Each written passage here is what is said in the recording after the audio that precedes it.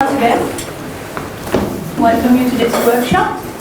Yesterday evening I had an interesting discussion with somebody who made clear that learning languages is not necessarily only about an inner feeling of knowing words. It's something about something else. Therefore I'm very, very much looking forward to this workshop with an American who came to Prague and developing new methods of teaching languages. Please help me welcome Viguerie.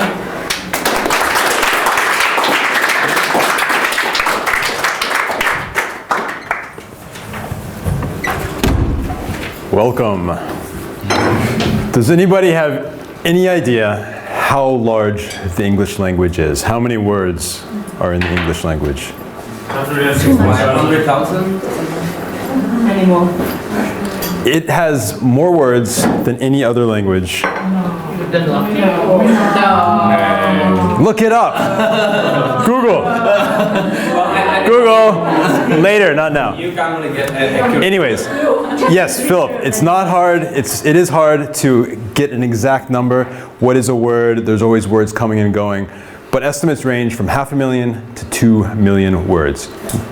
But it gets better. Don't get depressed. Don't run away. Nobody knows this many words. In fact, what would you guess the size of the vocabulary of the average educated native speaker? 20,000. 20,000? Yeah. 3,000. 35. Okay, close. Not bad, not bad. It's actually 17,000. And this number, let me clarify this number, this is word families. What that means is they count, for example, time as one. And that includes timer, timely, anything, timeless, anything related to time. That's one, not four. But still, more manageable, more reasonable than 1 million. It's getting better. Next, how many words does an average native speaker actually use in a typical day? Under 10. 500? 50.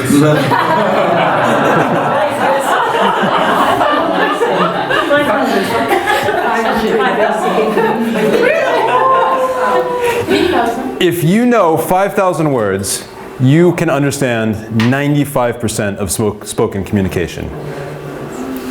So that's a very reasonable number. My assumption is, if you understand me right now, you are either at this number or very close.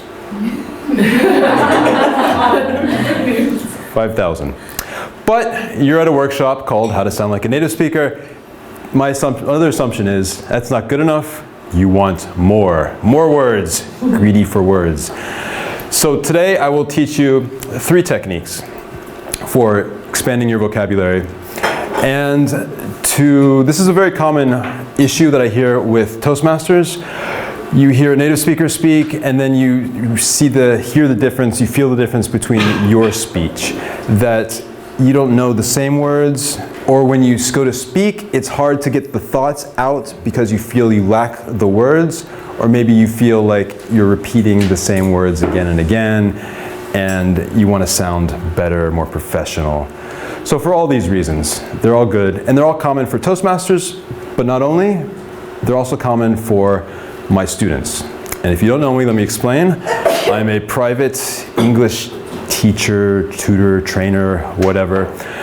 And just about every student also that I meet also has this need to expand their vocabulary. So I've been at it for about 11 years, since 2004, and my story is, compared to other teachers, is unique because I stuck around. Typical teacher comes to Prague, does a 1-month training course, and then teaches for about a year, sometimes less, and then goes home. So I stayed around, and the result of this was that I saw the results of teaching. So in this teacher training course that we all do, we learn traditional methods. You know, standing in front of a classroom, using a textbook, memorizing, learning grammar rules, all this stuff that we all know from school. But while other teachers went home, they did their work, they taught the traditional way, I saw the results of this teaching. And pretty much, without exception, every student said, or my experience was, it was just slow. And some even no progress. So from then, since that moment, when I saw this, that what's going on, the traditional methods are either slow or not working, what does work? So that has been my quest for the last few years.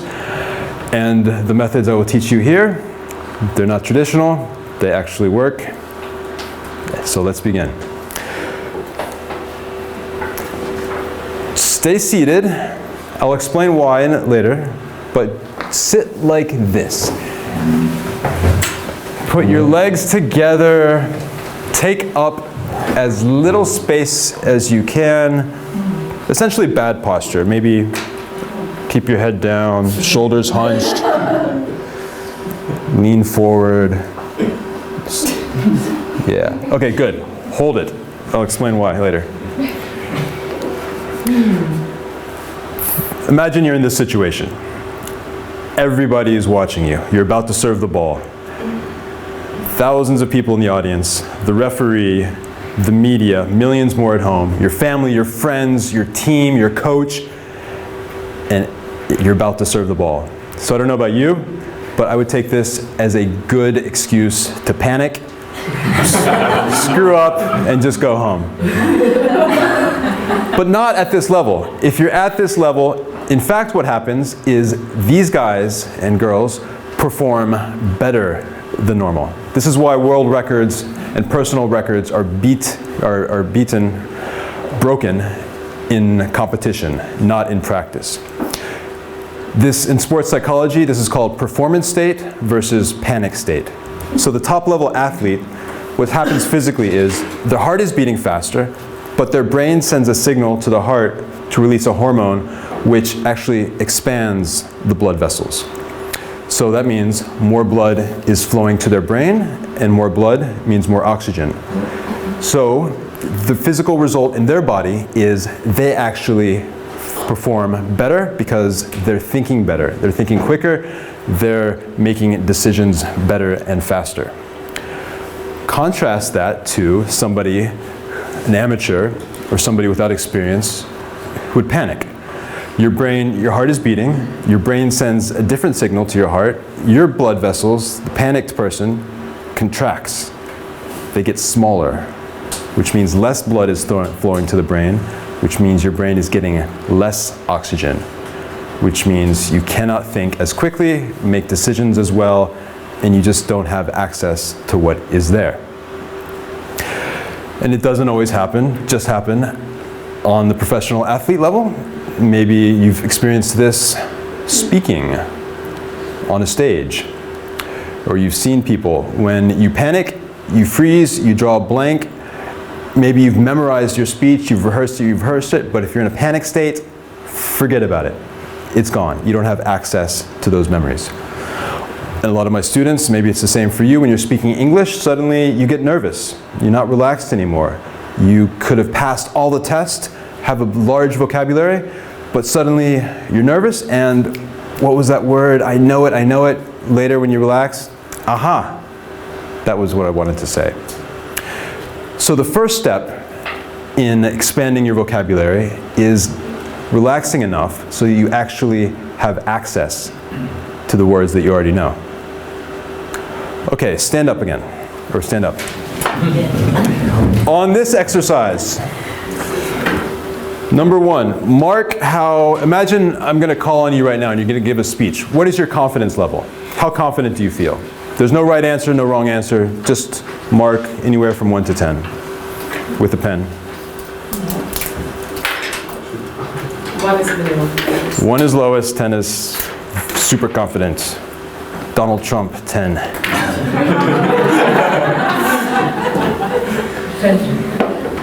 Okay, then sit down. Now, I'd like you to sit like this. Take up space. You can put your hands like this, or just out like this. If you don't have a skirt on, you can hold your legs out. Yeah. Good. Take up space. You're the boss. You're the king. Okay. We're going to hold that for 2 minutes. Does everybody know the website TED.com? Good. This is a good group. One of my favorite websites. And who has seen this talk? Okay. So this isn't new. Who hasn't seen it? Okay, so this is for you all. One of the most popular talks, Amy Cuddy. She's a researcher. She works at Harvard. Smart girl. Smart lady. And a couple years ago, she and some of her colleagues at Columbia, Harvard, joint venture Harvard and Columbia, they did a research study where they examined the effects of body language on confidence. So it had been commonly accepted before this study that our thoughts affect our moods, which affect our body language. If you think positive thoughts, you'll feel more positively, and that'll affect your body language, how you move and how you stand. But she asked the question, could it go in reverse? So what they did is they took a group of people, they measured their saliva, they measured the saliva for 2 hormones, testosterone, which is the confidence hormone, and cortisol, which is the stress hormone. And then they divided the group. One group, one side, sat like you sat in the beginning, hunched over, bad posture. And the other group sat like, wait, what happened? You're supposed to be sitting like this. Take up space. Yeah, like this. Sat like this. And then they measured for 2 minutes only, and they measured the saliva again. They measured again for the 2 hormones, the confidence hormone and the stress hormone. And the results were very surprising. But before I tell you, stand up again. Imagine I'm going to call on you. You're going to give a speech right now. How confident do you feel? Mark it on the paper, between 1 to 10.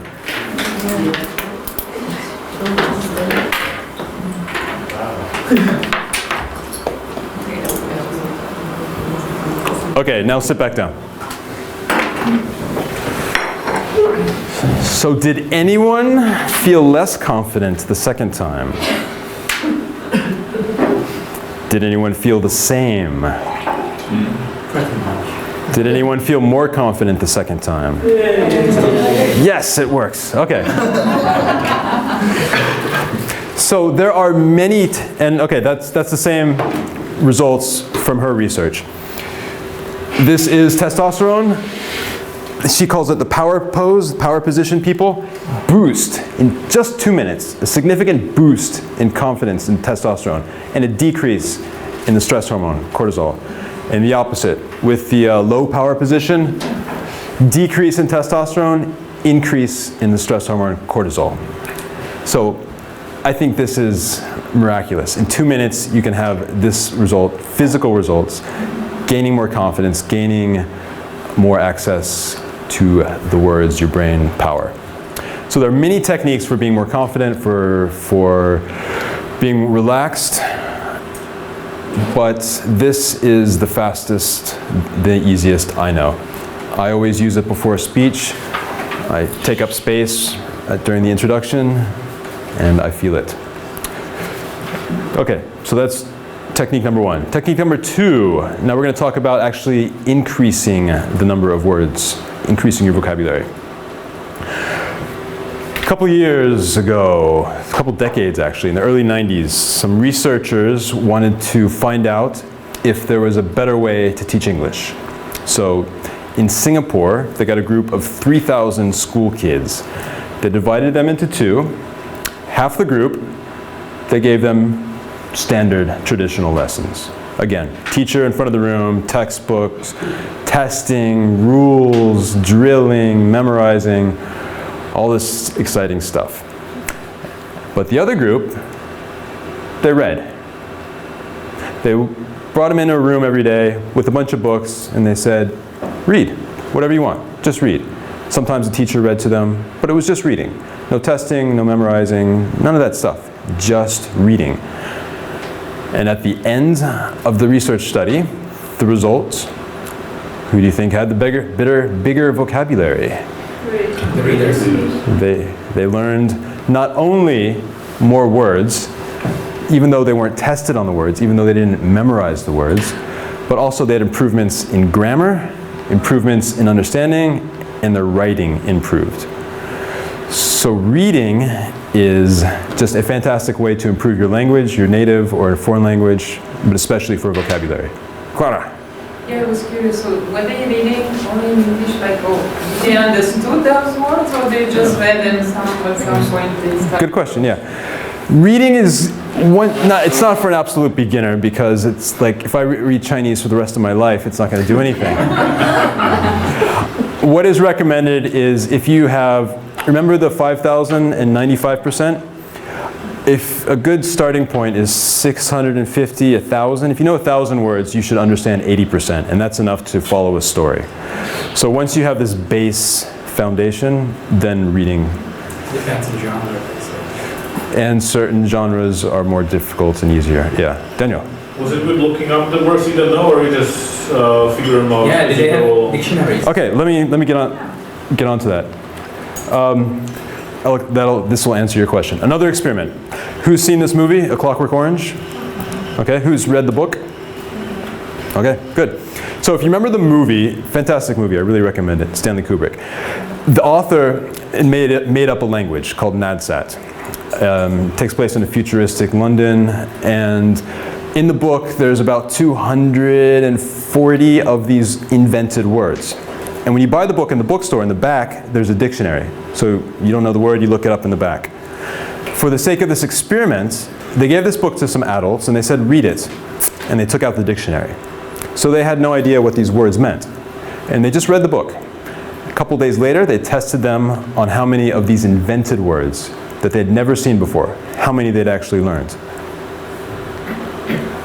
And on average, out of 200 and something, and from reading a small book, less than 200 pages, reading it once, they had picked up, not memorized, not studied, but just naturally acquired, like kids do, 45 new words. Not bad for just a small book. Why this works, you're relaxed, there's repetition, there's context, there's emotion involved. All the ingredients for learning and memory are naturally there, which are absent in a classroom. So, to answer your question about the dictionary, sometimes the way I read Le Petit Prince when I was in school was the wrong way. Every word, I put down the book, I picked up the dictionary. I picked up the book, I put it down, I picked up the dictionary. I hated, and I still hate that book, because that is a painful way to read a book. You want to enjoy, bring emotion, bring positive emotion into it.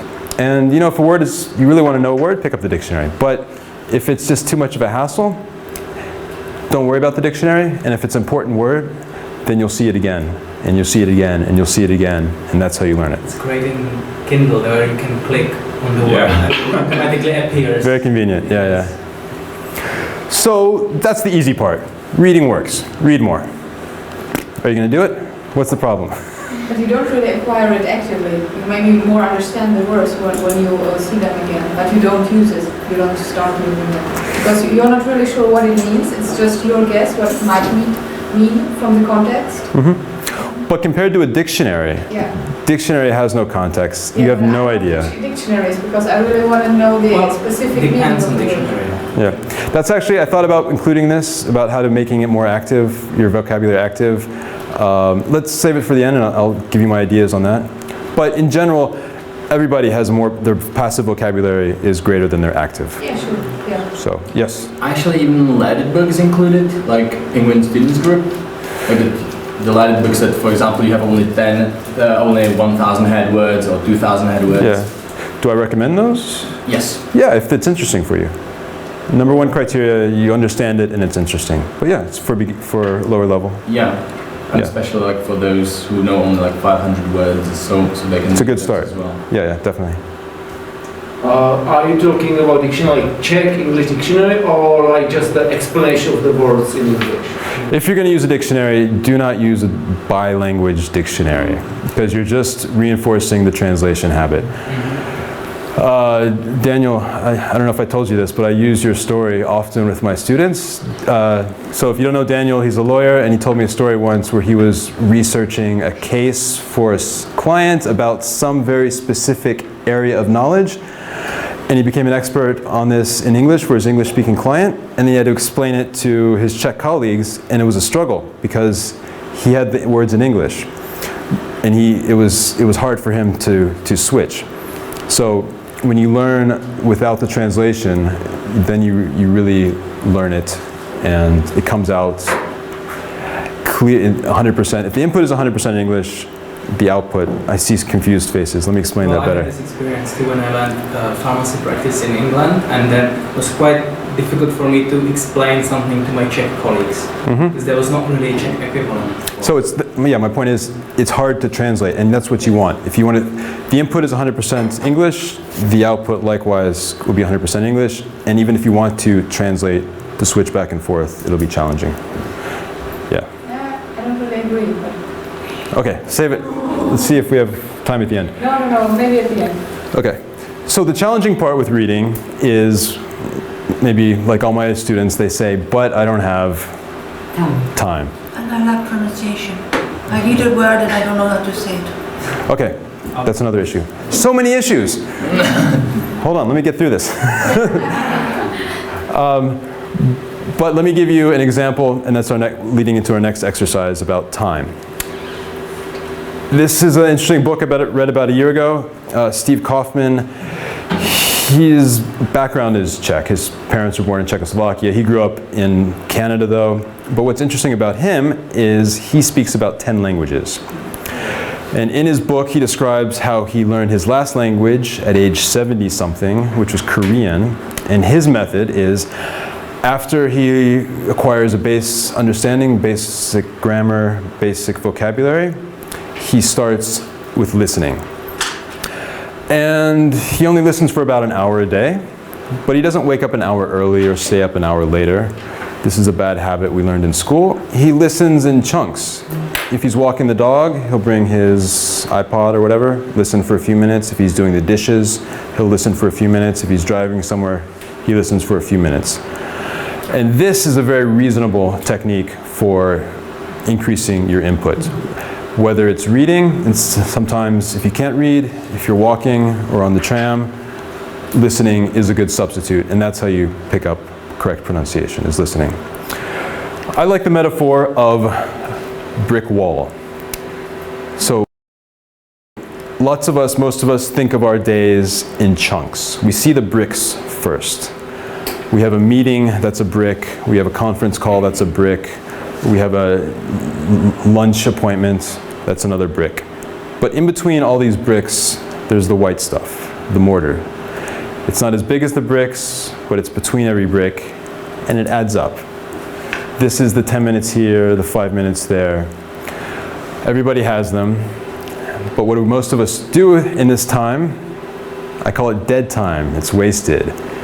Maybe these people are reading Dostoevsky, or probably not. They're probably checking their email for the 100th time that morning. So my contention is that, and what I've found with myself, is that we all have dead time, one, and we're not aware of just how much we have.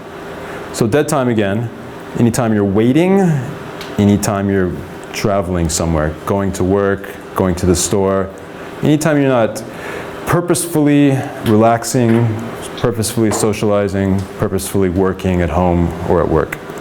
So just a guess, how much dead time do you think you have right now? Yes. 5. 5 hours. Yeah, could be. Okay, per day. It could be. Okay. What do you guess? 2 to 3. Hours, okay. Okay. Let's do this exercise now. Dead time finder. So for every hour, ask yourself, do you have any dead time where you're waiting, you're traveling? What are you doing? And guess. So that time is also when I'm driving, if I'm sleeping. Yes, when you're driving. Attention, so actually Why not? Yeah. And make it more specific. Let's pick last Thursday as a typical day. So last Thursday, find your dead time.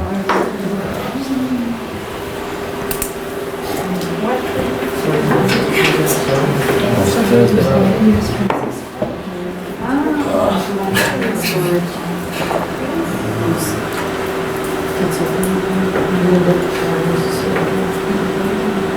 include eating lunch or eating sitting. No. You can. If it's a business lunch, I would say no, or if it's a socializing lunch, I would say no. Confused. Am I supposed to write down the number of minutes of the activity or of the dead time? Of the dead time. It's not the same? So what we are doing during the dead time? Yeah, for example, me. I wake up at 6, I have some dead time, yes. What am I doing? I'm eating breakfast, approximately 10 minutes. And that's the best. It's not that time. Like you keep your body alive. It's essential. That's the total essential. I need my breakfast. Maybe we're getting hung up on the word. I don't. And also you can be purposeful. Let me clarify. By dead time, I don't mean that the activity is something that should be replaced and it's a wasteful activity. I mean it's an activity that you're not working or purposefully relaxing. It's an activity that you can, it's an opportunity where you can do some reading or listening. It's very unhealthy to eat and do something else. You should concentrate. That's another workshop, healthy eating. Philip, do the exercise. I just don't read when I eat or anything else. It's so much better. Got the point, but I am done. Okay, let's take 1 minute, 60 seconds.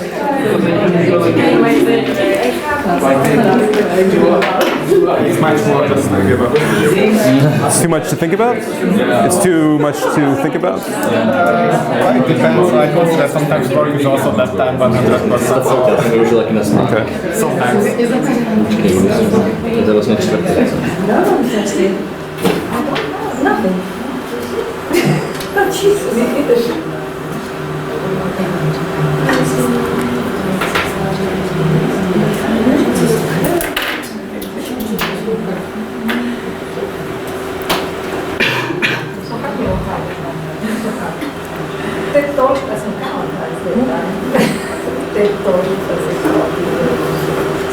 So Ryan, how would you classify working out at the gym? Let's say you can still listen to something, but you are doing something else. Good question. And you should stay focused on your exercise if you don't want to screw it up. Okay, so don't include it if you don't, if it's not something that you can combine, an activity that you can combine. Cycling to work. I'm concentrating on my cycling And that's what you should and do. I'm using it as also as exercise and enjoying the fresh air. I used to listen to audiobooks. No, I would never do exercise. Never. Not It's too really. I dangerous. am with the headphones that don't filter all the noise or hear both the book and the noise But around. that's about focus. So, okay, so if you can't combine, if you don't want to combine, then Same with eating. it's purposeful activity. Okay, let's, you can finish it later. But what are some numbers that we have so far? 5 minutes. Only? That's this, really, yeah. I got nothing. Yeah. I had It's intense. And when I do things, I try to do them mindfully and totally. Okay. I'm eating a meal, I try to mindfully eat my meal and do it totally. I just like Chew properly, enjoy the tastes. Anybody else? Yeah, I got more. What But it was because of a doctor's appointment and I was waiting for 3 hours. So now I end up with 5. Okay, that's a lot. I think the idea is not about like because we want to like working day is different than Sunday or Saturday. Also, when you have you go to the doctor, so it's not about every day. It's about special. average. Yes, exactly. So of course we all have sometimes, but not every day. Okay. The point is, though, in general, just to make you aware that this time exists, and it's more than you think, and it's time that could be used for input in whatever you're learning. Okay, let's move on to next exercise. This is one of my neighborhood shops, Au Gros Monde, Prague 1, if you like it. I'm there every week, sometimes every day, getting my evening cookie. And when I first started going there, I would bust out my check and I would say, "Prosím vás, jedna sušenka?" And the nice lady there would say, "Jednu sušenku?" And I would say, "Jednu sušenku. Děkuji." And I would get my cookie and go home. And then I'd go back the next day and I would say, oh, what was it? I forgot.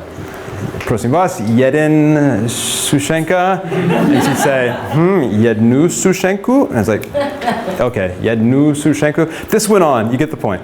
Eventually, I picked it up. What was I doing? Simply listening and repeating. I call it echoing. How many times? Embarrassingly too many. I call it echoing. It doesn't sound like anything that's revolutionary too fancy, but it is such a good opportunity and usually a wasted opportunity.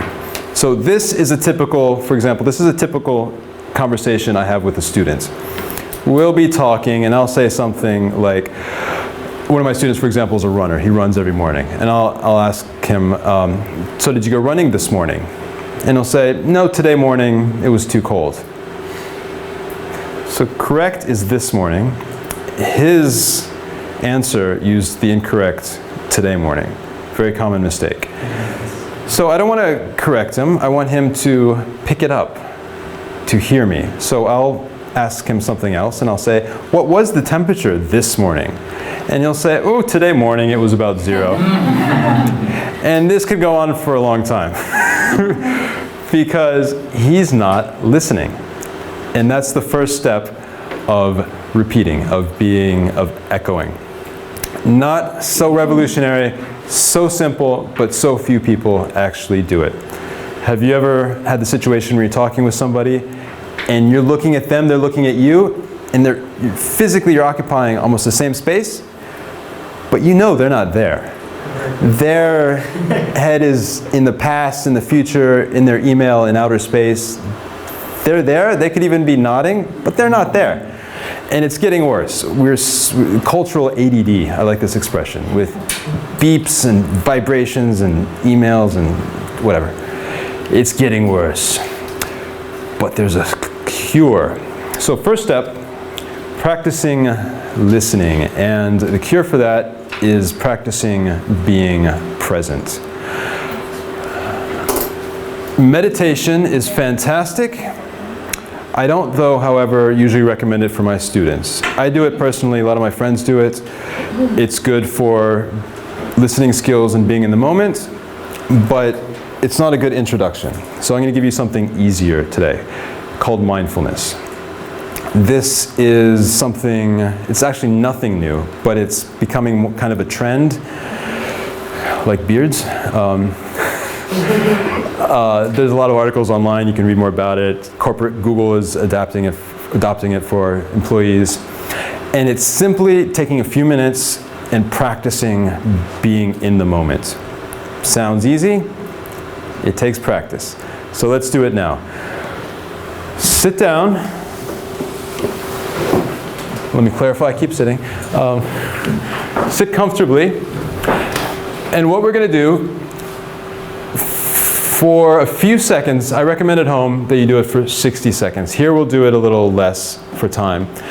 Is you're going to pick one sense, one of your senses. Listening, sight, feeling, and just focus on that one thing for a couple seconds. So let's start with our breathing. Just focus on your breath. Through the nose, stomach going in and out.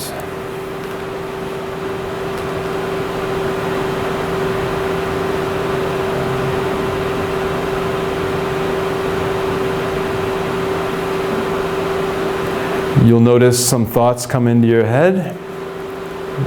That's fine. Don't consider it a failure. Don't judge yourself. Just gently let them pass through. Swipe them to the side. Let's next focus on what we hear. What do you hear right now?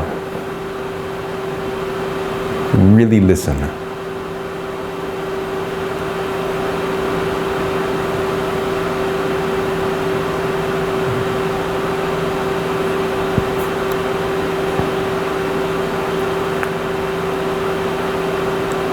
Now focus on what you feel. The skin, your skin against your clothes, the chair.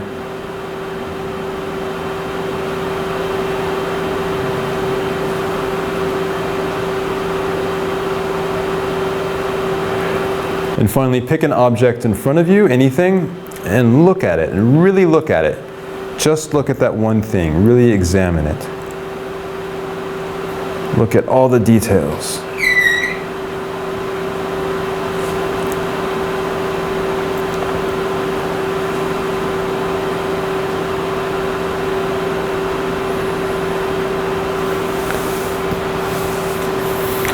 Okay, those are the basic ingredients.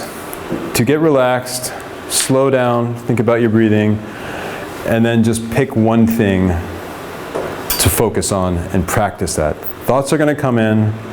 Don't get stressed. Don't think you failed. Just let them go. And with practice, it's easier to become in the present moment and to become a better listener. And let's practice that now. So I'm going to pair you up with a partner, and you're going to practice echoing. So let me demonstrate with Cecile. So if I ask you, what did you have for breakfast this morning? This morning I had an apple, I had some meat, I had some vegetable, I had some bread, and I had some tea. Okay, so good, exactly. So she heard what I said this morning, and she echoed it back. So with each of these questions, I bolded the word that you should listen for and just repeat it exactly. Use this word exactly. So, person next to you, just ask these questions, and then you'll switch in a second. Is that clear? Questions?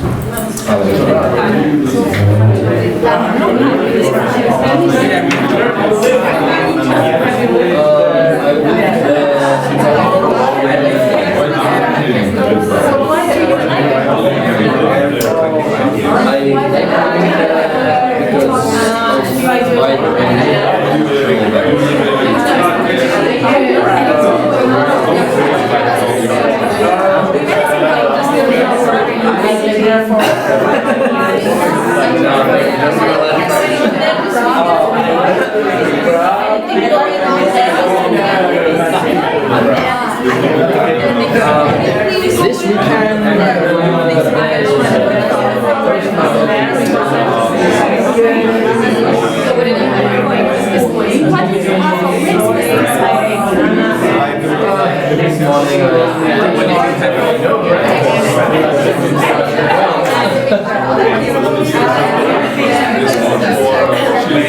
Okay. Next, now switch. The other person asks the questions.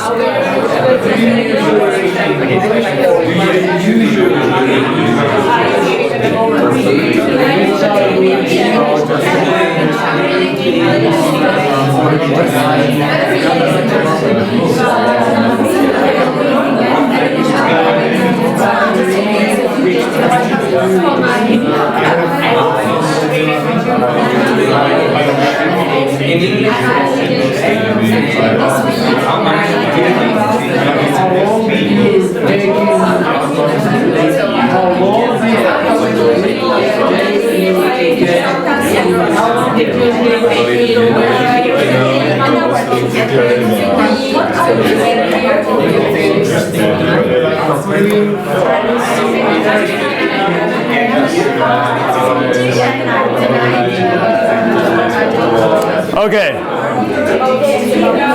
Good. Stop. What was your experience? Best conversation. Some awkward question. I'm sorry? Some awkward question. Could you go back to the previous one? With the 4. Anything going on there this weekend? So how would you answer that?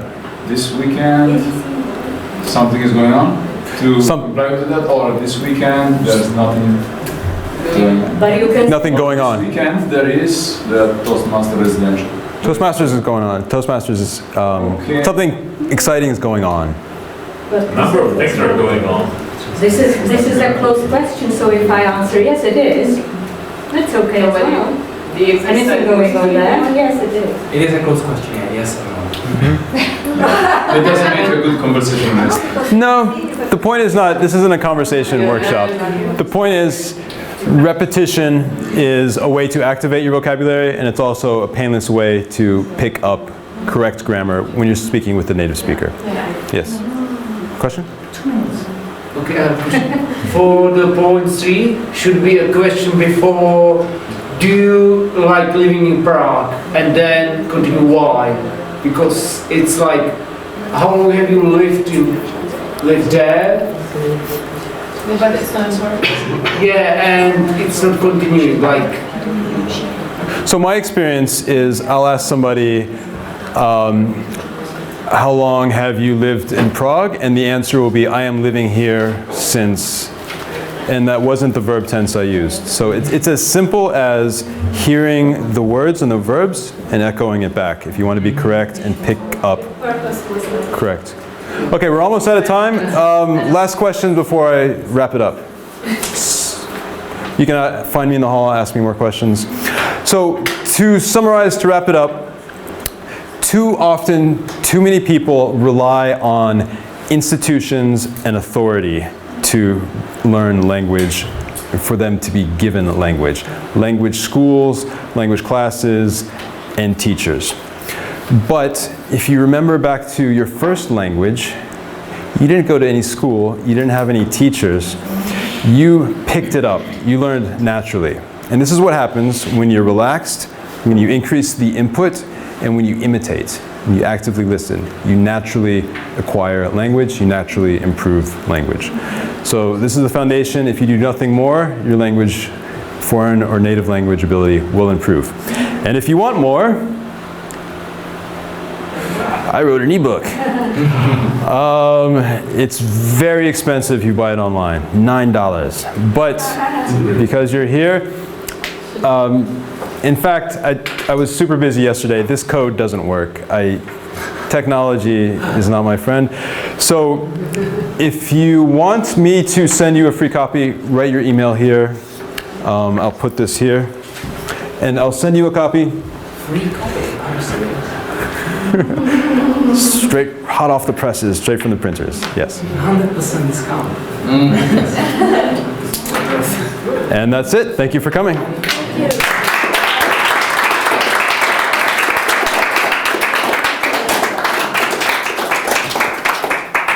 Thank you very much. You're welcome. For this presentation. If you wrap up, want to learn language, move abroad. That's obvious. It helps. You need simply complete immersion. It helps. But how to have it at home is a great thing. Thank you very much. Welcome. This is for you. Thank you.